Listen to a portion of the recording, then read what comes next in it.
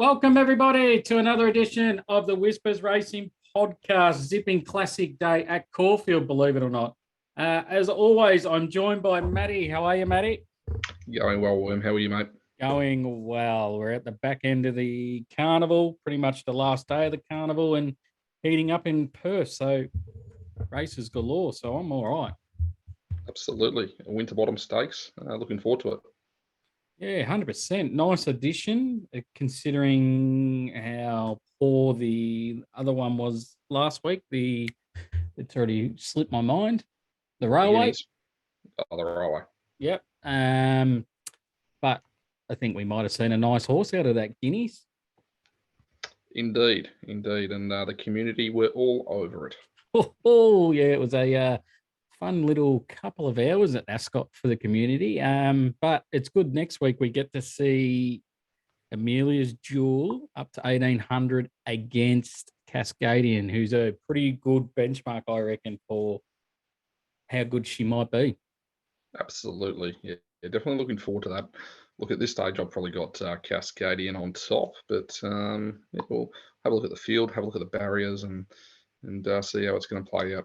Yeah, definitely. Last week, well, we'll start off with the negative. I think I shit the bed and went from the undies straight to the bed. It was an average performance. 3 out of 4 in the multi.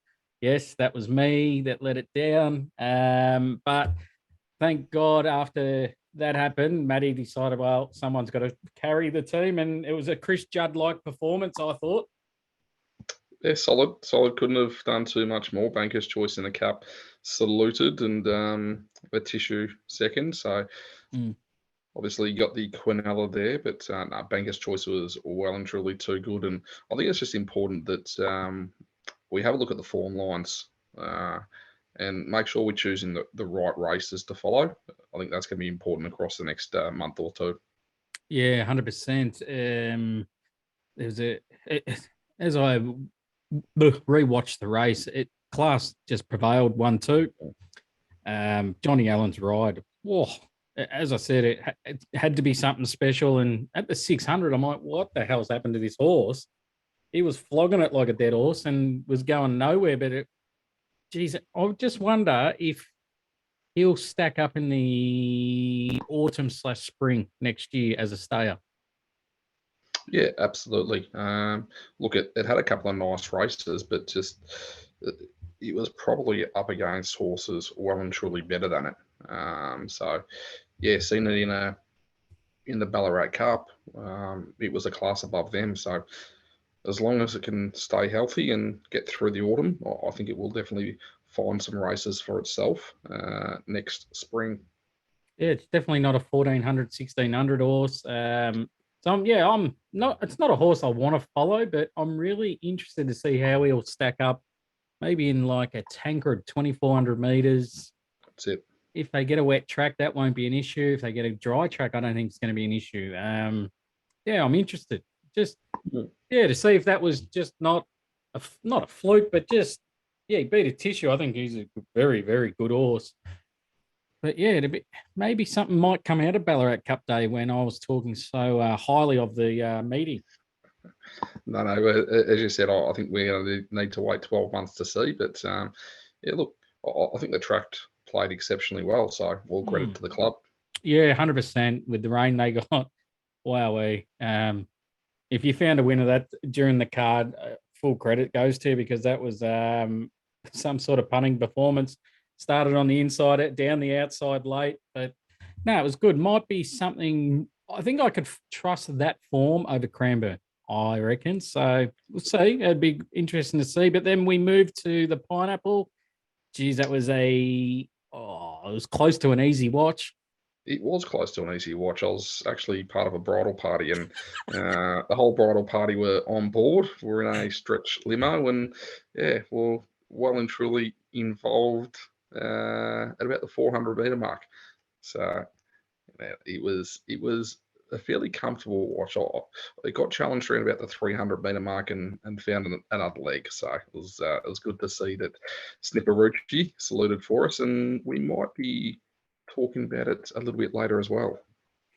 Yeah, it's in the big winterbottom. So Maddie's going to preview that. I'm going to preview races 1 and 5 from Caulfield. A few bets. I'm going to go at Caulfield again, and Maddie's got a few.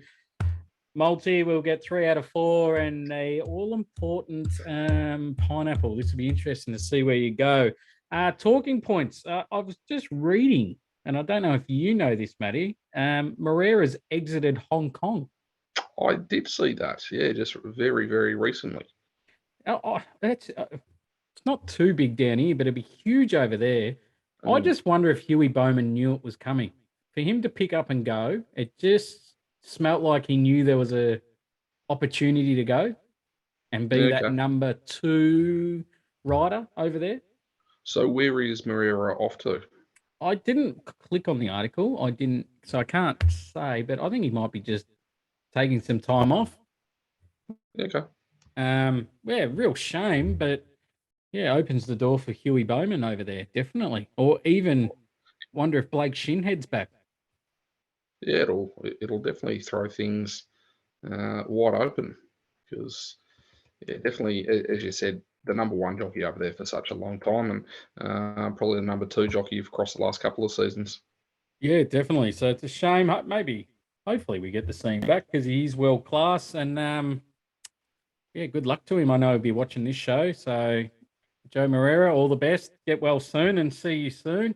The other talking point here, I just clicked on an article with the horses that are retired over the spring and post spring. So, Matty, I want to know how many of these you have backed because I reckon this number's quite high. There's quite a few.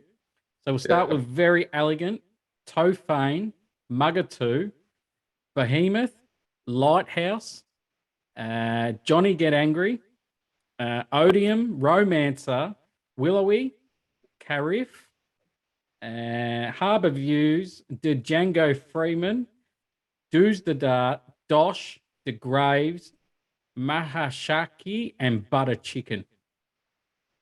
I've counted 11. This is how much of a sicko I am, and I know how many there are. I have backed every single one of them. So I'm quite happy to see the back of a few of those. What, so you're on Carif? Yeah, I was on Carif. I reckon it ran in a Sandown Cup or a Zipping Classic. Okay. Yeah, okay. That's a fair call. Yeah, I remember that. Yep. Mate, there's these. I had to laugh when I was going through them. I'm like, I've backed every single one of them. So I'm tipping. Django. Yes. That was the next best thing.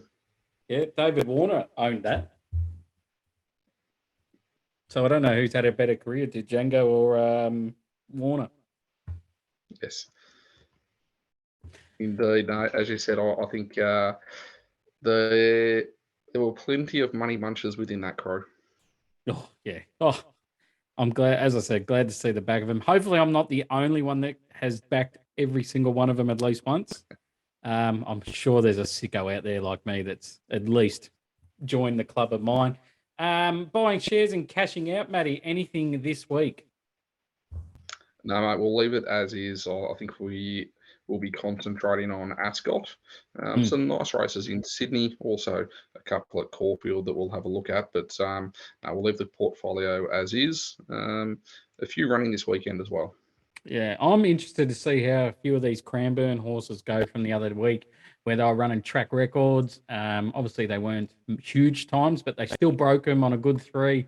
Some are on the 14-day backup. So I'm interested to see how they go. I might be keen to take one on.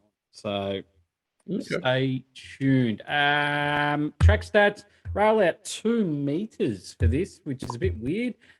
Good range. So we should be on a nice deck.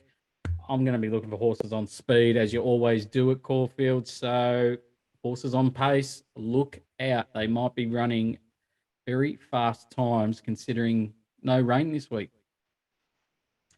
Trial trackers. I've got one here. Caulfield race 3, number 1, Bruckner. This horse finished second in the Coolmore 12 months ago. Home Affairs won that race. Third was Artorias. The other runners in this race were Overpass, Misk Moment, who won in Perth last week, Ingratiating, Extreme Warrior, Palele, Kalos, and in the Congo. So that race was super hot. To finish second, I think this horse has some talent. It's had one jump out at Hawkesbury and it went like a jet. If it brings that jump out, it will be winning, and I reckon very easily. I just loved its one and only jump out. That's race 3, number 1, a Bruckner. So we're nominated in Sydney as well, definitely running in Melbourne. Definitely running in Melbourne. I was definitely had my ears to some podcasts trying to find out. So Okay. it is definitely Melbourne bound. So get involved. Yes. It's as easy as I can say it.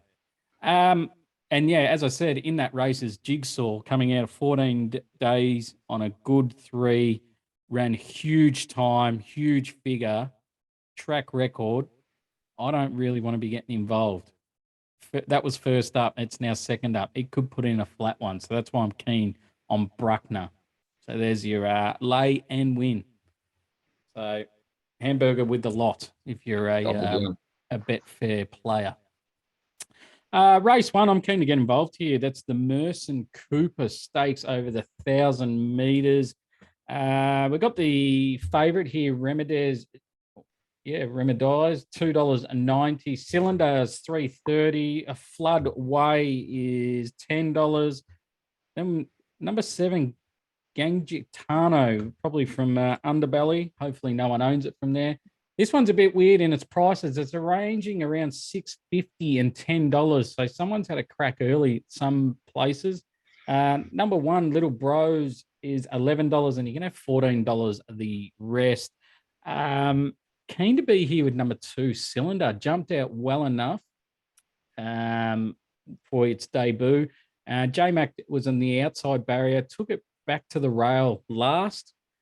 So it was a bit weird, probably just trying to teach it something. Then found a pathway to the outside when they were straightening him. When it let down, the horse wanted to race greenly and do a little bit wrong. Still hit the line really well. I thought it should have won with any luck or sitting a bit closer. I think it's a good horse.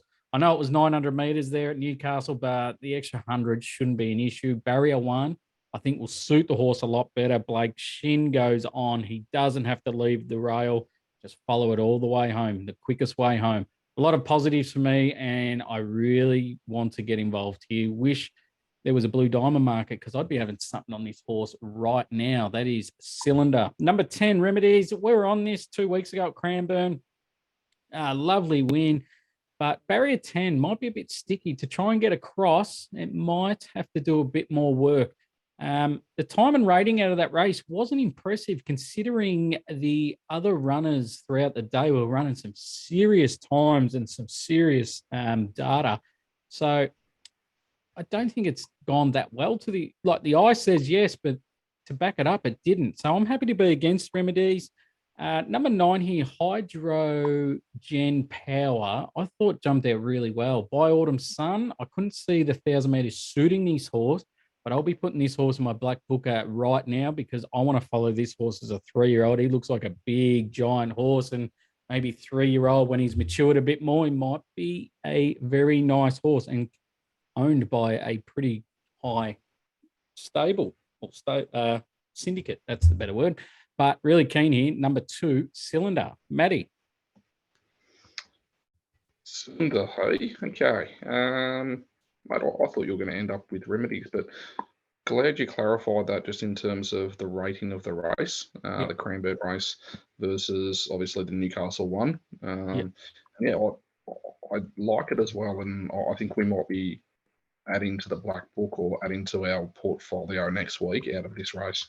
Yeah, it just rated a hell of a lot better than Remedies Cylinder. So yeah, I was completely gobsmacked when the rating came out, and I'm like, wow, it did not go as well as I thought. Even its sectionals for the meeting weren't in the top 10 coming home. So for 1,000 meters, yeah, they went slow, but still would have seen something in the top 10 to be jumping out of it, even though the figure wasn't that good out of that race. Jockeys wise at Caulfield on the weekend, what are you seeing there? Yeah, it's what did we say a couple of back? I reckon when we first started the podcast, you got to stick with your big guns here. A few of them are away, off to Perth or just holidaying, but your big gun jockeys are still around, like your Shins, your Willows, your Zaras, I'd be sticking with them. Blake Shin on board, I think he's a massive tick moving forward. He's just, oh, I reckon he's number one riding at the moment. He's just elite at the moment. No knock on Zara, he's been really good too, but it's just that barrier. He's just not going to be as easy as last start. That's a good call. And I think you just mentioned the three jockeys that we should be following across the weekend. Yeah, definitely. I've just started marking the top 5 jockeys out of each meeting just to give him an extra little point when trying to find an edge. And yeah, I've got Shin, Williams, Zara, Johnny Allen, Yendel, and there was another one that escapes me. Yeah, but yeah, I was just looking for, I'll be looking for those jockeys because they make the best decision. Good call. Simple stuff. I'm going to do race 5 here, the Kevin Heffernan Stakes over 1,400 meters. Number 8, Norwegian Bliss, is your favorite at $2.35. Number 7, Literary Magnate, got that one right, $3.30. Number 3, Crosshaven, $7. Streets of Avalon is $7.50. Poland, $9.50. Amish Boy, $23. And then Ocean Beyond, $41, and Swords Down at 126s. I thought number 5 here, Poland, was great value, and you can have a real heavy bet to place here, I reckon. If there's no further scratchings, 8 stay in it. I'm hoping from barrier 8, they can come across and sit outside leader at worst. I think I like the little break between the runs after leading last start. It was a brutal tempo, suicidal. Number 3, Crosshaven, sat outside leader. He put up the white flag at the 300-meter mark to go. I thought Poland's form reads really well with Visionary, Aegon, and even Baller. If they find the front here, I think it'll be very hard to not run a place. So just trying to find something on the go here. Yeah, last start, only beaten 1.5 to Old Flame on a brutal tempo. Sometimes brutal tempos can be stupid, but he had them all off the bit real early. And full credit to Craig Newitt on that ride. It was really good. If he can do that again, I think, I don't know how this doesn't run a place at around $2 something to place. Number 8 here, Norwegian Bliss. I find it very hard to get involved here at the price. I know it's 7 from 7, but it's coming out of benchmark 78 races. They've been nice wins, no knock, but now jumping up to a Group 3 race, and this looks like a little tough race, this, due to a genuine Group 2, Group 3 horses. $2.40 is just, poison. I don't know how they've come up with this price. I know the big syndicates will love this horse because it's got a picket fence and they love to target those horses. But I reckon this horse drifts. If you do like it, do wait, because I just think that is just stupid. Blake Shin on board, can't be knocking it. But just benchmark 78 to Group 3s when these are genuine Group 3 horses, some of these. I can't be with it, and I'll be keen to take it on Betfair too if it stays at that price. Number 7, Literary Magnate, being good 2 runs in, 3rd up, should be peaking, no knock. I'm just worried about the bunch finish last start. Will be a nice run in transit. The form reads well, so I can't talk you out of the horse, and it's the clear danger. But 320 isn't a price I'm keen to find out. But I thought 1x3 Poland here is the way to go. Matty. Yeah, very good. In terms of how I rated the race, very similar in terms of Norwegian Bliss. I didn't have it in my top 3. I had my top 3 as Literary Magnate. I had Streets of Avalon ranked 2nd and Poland ranked 3rd. Yeah, definitely. I can give him a little push here, Streets of Avalon. If he can find the front from barrier 1, his best racing's been in front, and some reason they've just been taking sits on it. Just, I don't know if it's pilot error or trainer tactics error. But I think 8 from barrier 8, Poland can come across with Crosshaven. I don't think they'll want to lead Crosshaven because of what happened last start. Norwegian Bliss will sit positive with Shin. And then you got your Literary Magnates, Amish Boys, your Ocean Beyond and Swords Dawn will be just out the back together having a little chat. But I think That's why I just like polling. He's going to make every post the winner. And if Streets of Avalon doesn't want to lead, we could find the lead pretty easy, and we might have them all off the bid at the 400-meter mark. Yeah, no, it's a good call. Good call. Look, I'm keen to play with Literary Magnate in this race. I think it's going to be the one that actually tightens the most. And Norwegian Bliss, I think those two are probably around the wrong way. So if you do like Literary Magnate, I think earlier is going to be better. Yeah, 100%. Could not have said it better myself. I think they switch places, and I think they actually switch. It will be $2.40, I reckon. Lindley Magnate and Norwegian will blow. We could completely get it wrong, but I 100% agree. If you like it, back it now, because you won't be getting that price come race day. Wouldn't have thought so. What's up, guys? I'm going to keep pumping it up because it is all free. Please get in contact with one of each of us if you want to get involved. You can get our thoughts on metro races, especially Matty. He likes to do Saturdays. You can get my thoughts on any race in Victoria. It's been a really good month for the community. There's been winners galore, especially in the maidens. They've been hot, finally. And then Saturday, we smashed it out of the park with Ascot, with Maddie's thoughts, my thoughts, and even one of the community guys told us, I reckon 8 weeks ago, to get on Amelia's Jewel for the guineas when markets come out. So we smashed that. We smashed it in the dogs. We had someone just pipe in with I have a friend sort of at work, and yep, he wasn't wrong.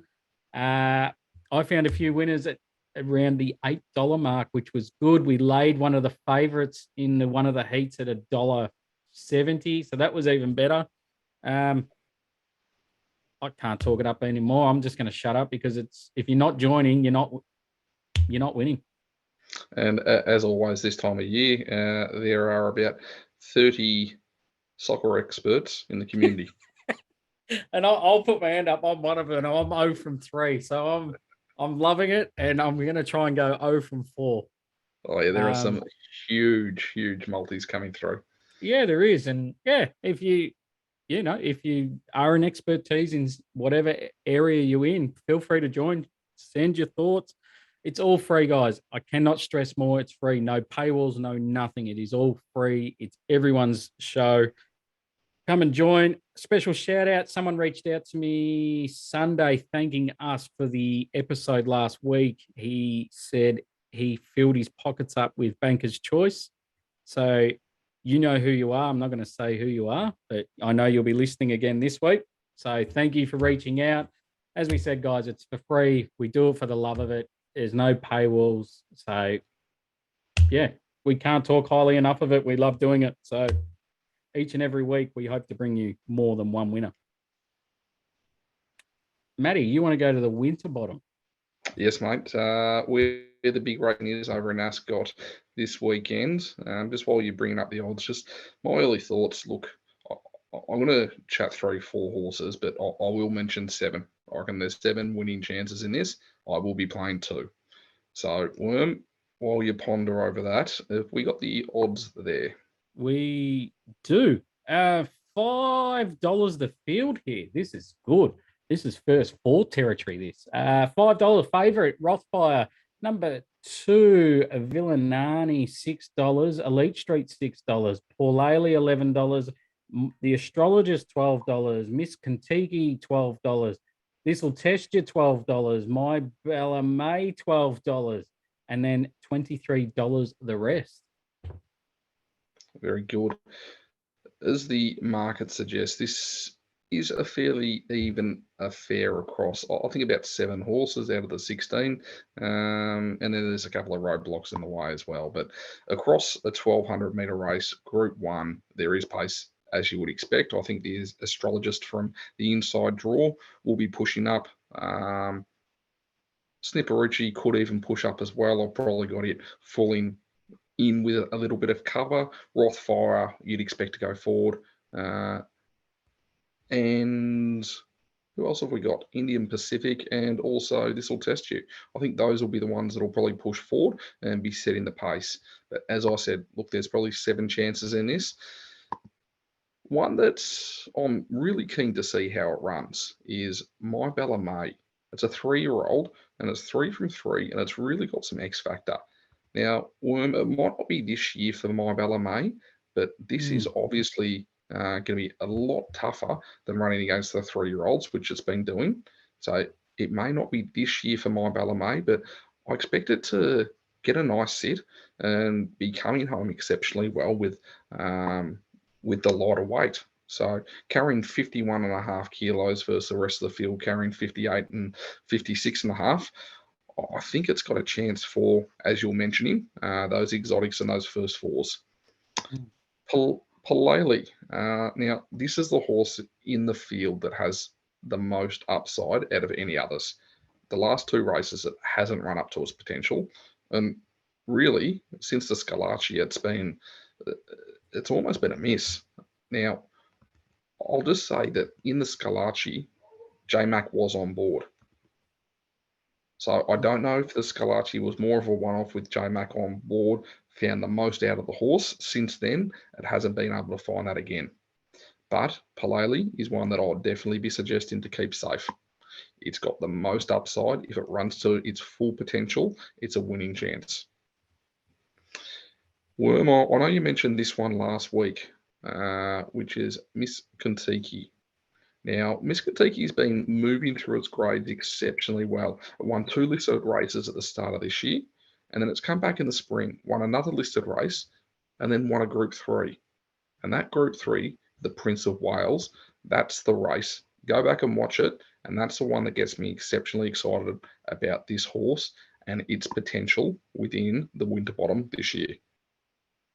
Forgive its last start, the racing pattern and the track didn't suit it. Go back and watch the Group 3, the Prince of Wales.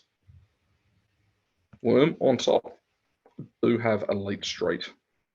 Now, second up, it will be Ready to Fire. Solid run was, well, first run was solid, but this is the horse in the field with class. It's won the Winterbottom before, then it went across to Melbourne, didn't do too much in the spring, has come back, ran third in the Winterbottom last year, and it does have class. In terms of its ratings, I've got it rated as well as any other horse in this field.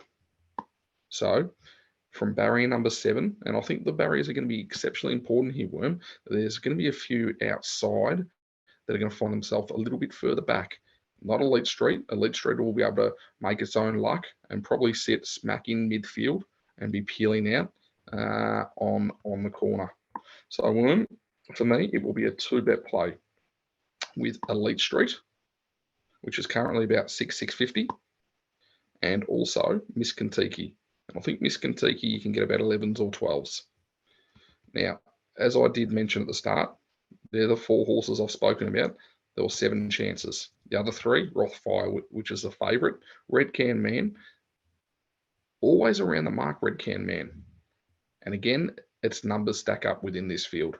And then also Villani. Villani's win in Sydney against in the Congo was exceptional. So I think they're the other 3 winning chances within the race. But for me, as I said, it'll be a 2-bet strategy with Elite Street at around 650 and Miss Kentucky around $11, $12. Yeah. Yeah, I think you made a very good point about the barriers. I think they are going to play a huge part here because there's a bit of pace in the inside barriers that will get a nice spot. And that's what I'm going to look for, nice spots. I think Rothfire and the astrologist are both drawn very well. Rothfire sits on pace. The astrologist will sit on pace.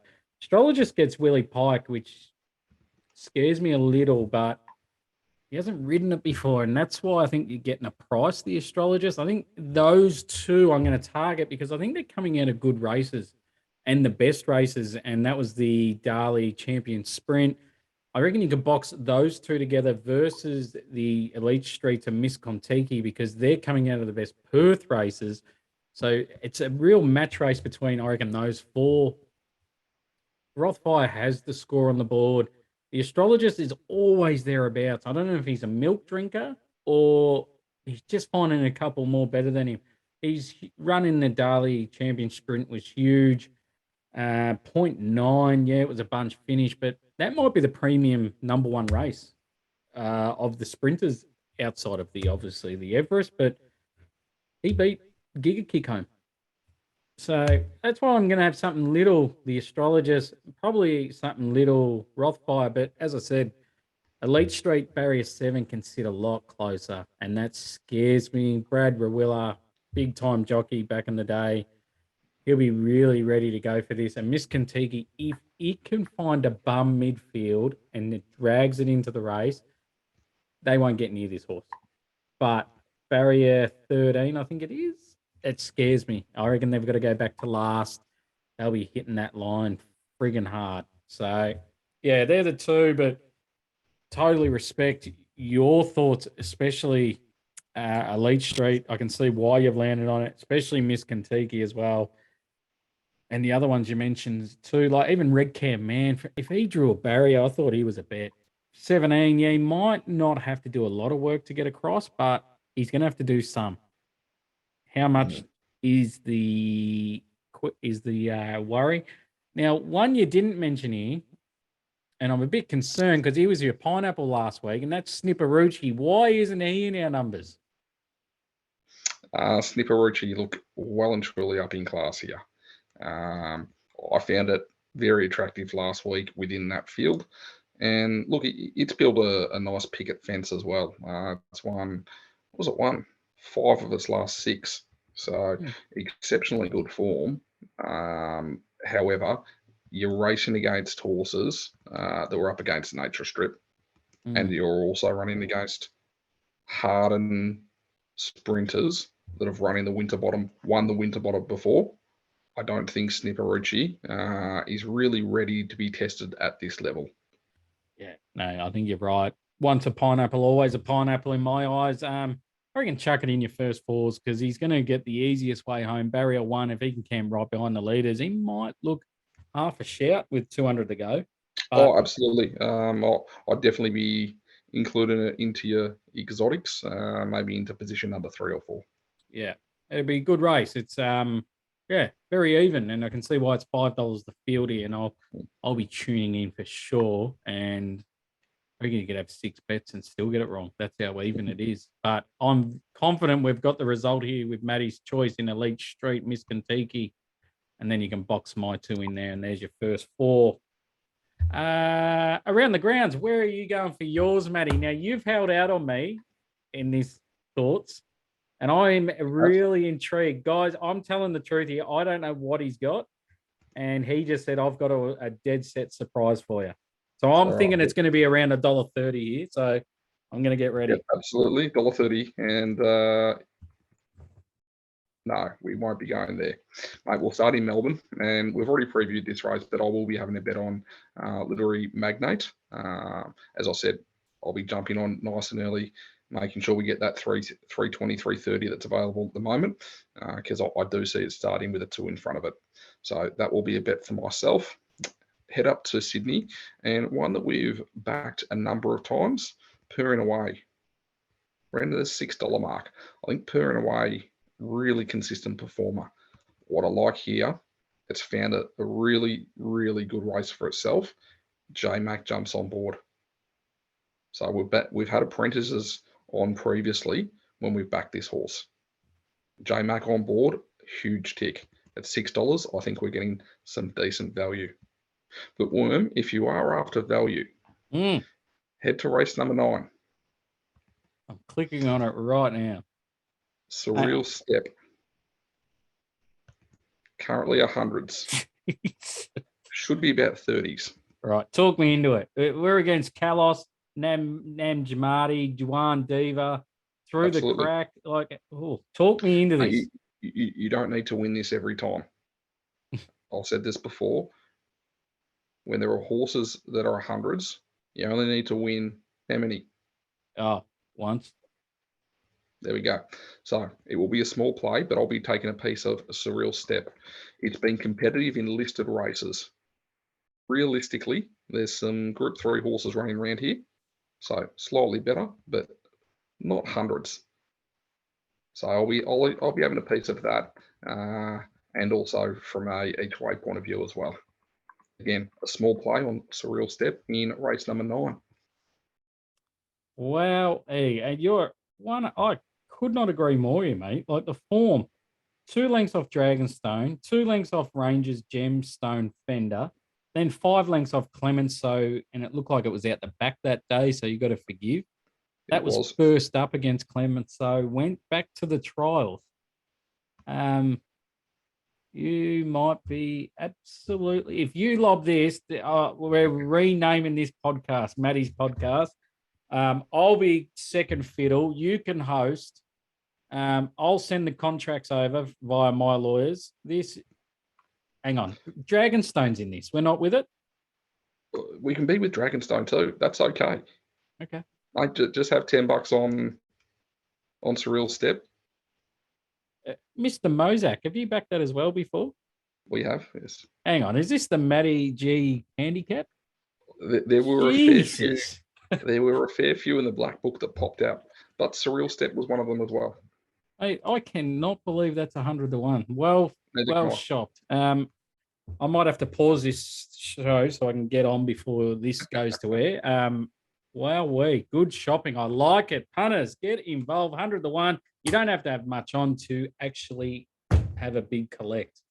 And wowee, I am dead set gobsmacked. I don't think I need to give mine because mine aren't going to be relevant or near the prices, but we'll go. Actually, no, I'm going to go one with a bit of value here. Caulfield, race 6, number 5, Holbein. This horse finds the front, $26 and $6 a place is a bloody crazy price. This horse best racing is when it finds the front. It's had 4 starts this prep. Three of the runs, it's been taking a sit and has been beaten on average by 8 lengths. But when it went to the front, second up, it was beaten 1.9 behind Visionary. Glad they've made the jockey move. 1/3 play here. Holbein. I think it is massive overs. Yes, it's a tough race. You're going to have Grand Slam go forward, potentially Milford go forward, Cirello Miss go forward. But Holbein from 11 can really just, from the 1800, straight to the front, use some gas, then pull the reins up. You're going to have Keats as well go forward. So if he can find the front easily, I think 26 is just bloody stupid. And yeah, I think we can get involved. We move to Canterbury Friday night, race 3, number 1 Jewelry, coming out of 2 good 2-year-old races in Melbourne last season. It's had 1 jump out at Warwick Farm in the synthetic. It did not like the kickback while under an absolute stranglehold. Lovely jump out. Jockey is a little concerned, but he has a real bright future, Zach Lloyd. If he's good, if it's good enough for James Cummings to put him on, it's good enough for me to back it. He did ride it in the jump out too. So that is race 3, Friday night at Canterbury Jewelry at around $2.70, I think. I'm just going to look that one up. We've backed that before, haven't we? Jewelry? Yeah. Oh, it finished second to the Philosopher. Okay. Yeah, gotcha. And then it went to the big Preludes I think Preludes or Previews, and was only a couple of lengths off Miss Rosiana. Yeah, she hasn't come back well, but this horse has had a good break. It really should, be bigger, stronger, maturer. I think it might be just an easy kill. What race was it? Race 3, Race 3. number 1, Jewelry. I like it. So we'll move over to the multi. I'm going to continue it on. I'm going to chuck Jewelry in for the place, just in case Zach Lloyd finds trouble. And then I'm going to chuck in Bruckner from Caulfield, race 3, the place. Matty, you're chucking in? I like both of those. We're going with Literary Magnate, the place. As we said, I think there were a couple of chances in that race, but I'll be on board. And then Purring Away, I think with J-Mac on board, the place looks very attractive there at around about 220. Yep. Yeah, good jockey change, that one. I'm actually keen to get involved. I think it's nommed for Friday night, Purring Away, so just keep an eye on it, punters. I'm I reckon Matty's keen to get involved Friday night if it runs too. So Either way. there's the confidence. Wherever it runs, it just wins. I like it. All right, pineapple of the week, Matty. You've given us 100 to 1 pop as value. Do you have the kahunas to chuck it in as the pineapple? No. Ah, damn it. Now, we spoke at length Mm. about the pineapple this week. It was tough to find a real standout. And I don't mind what you've just called out at Canterbury. I think that's a definite play. We won't be using that for the pineapple, though. What we will be doing is we'll be going to the 2-year-old race at Caulfield. Yes. And we're backing you in with Cylinder. Yes. It should have won last start. Yep. Completely agree with you. Doesn't necessarily mean it'll win here, but its largest competition, I think, is drawn out wide and is going to have a much tougher run in remedies than what it did last start. Yeah. And that's why I'm quite happy to be on the worm train, and we'll be backing Cylinder in race number 1. Yeah, I think get involved, punters. The price will not hold $3.30. Yeah, I didn't. Now, just so everyone knows, I didn't push Matty into this. I just laid my tips on the table, and he picked it himself. So it wasn't me inspired or pushed. So that was well and truly under consideration. As we looked at the Ascot card, there were some, I'll say, average races on the card. So I wasn't too keen on playing too many over there. Sydney, big fields, and I think there is a bit of value to be found. And Caulfield, well, look at you. There's some up and down racing. So I think we might be off to a bit of a flyer in race number 1. yeah, 100%. Finds the rail, doesn't get beat. Yeah, I'm keen to get involved at 12:35 p.m. because it'll either make or break my Saturday, I reckon. Oh, mate, I'm looking forward to Friday night now. Yeah, Friday night Canterbury can be quite. Stay away. You're going to do some damage, but I marked this off my black book when it had its jump out, and I'm like, I just want to see it go again. Yeah, I'm pretty keen to get involved. That's a good shout. Good shout. Special mention, punters, if you're into your greyhounds, Saturday night, 9:24, race 9. It's a 2-dog match race against one of the fastest bitches going around. Wow, she's fast, which I laid on Saturday night at around $2. She is the quickest bitch I've seen.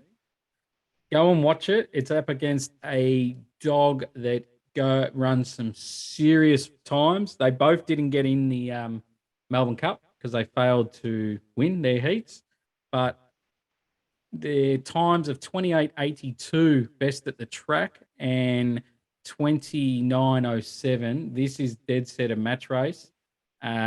Where she's fast will live up to the name. I reckon you can get around 220 in a 2-dog race. This dog lives for these sort of fields, and I think she might be a bet. But yeah, 9:24. Watch it Saturday night. I reckon they're bloody awesome. These match races. There's something that they've done well in the greyhound industry is match races, and yeah, it's Melbourne Cup night. So yeah, tune into .com, and yeah, race 10 is the Sandown Cup. I'll be chucking a few bets out in the community come Saturday night. So get involved. DM one of us. You know what to do. If you've been thinking about it, good time to get involved because then when we fill our pockets up, we can buy our missus or partner a very, very well-deserved Christmas present off our winnings. But yeah, anything else to add, Matty? No, mate, that's it from me. Looking forward to the Winterbottom on Saturday afternoon. The Melbourne crew have gone across, so it'll be interesting to see that form line match up against Perth's best. Yeah, 100%. It will be a dead set humdinger. So that's the end of the show, guys. We'll be back next week for Pakenham Cup. meeting, cup day / whatever you want to call it. Yeah, thanks for joining us, Matty. Thanks for watching, everyone. Please like or subscribe or swipe left or right, whatever way you want to do it, so you can get the episodes as they drop. Yeah, hopefully fill your pockets up. More importantly, we hope we filled your pockets up, or Matty will. I won't. But yeah, thank you for checking in, guys, and we will sign out with our favourite man. Have a good week, and talk to you next week. I'm not a good person, but it just goes to show that good things do happen to bad people. So anyone out there who's up against the wall, fucking stick to it. Every cent you got, your rent, your electricity bill, if you're going to buy your missus a ring, don't fucking do it. Keep punting. Keep fucking punting.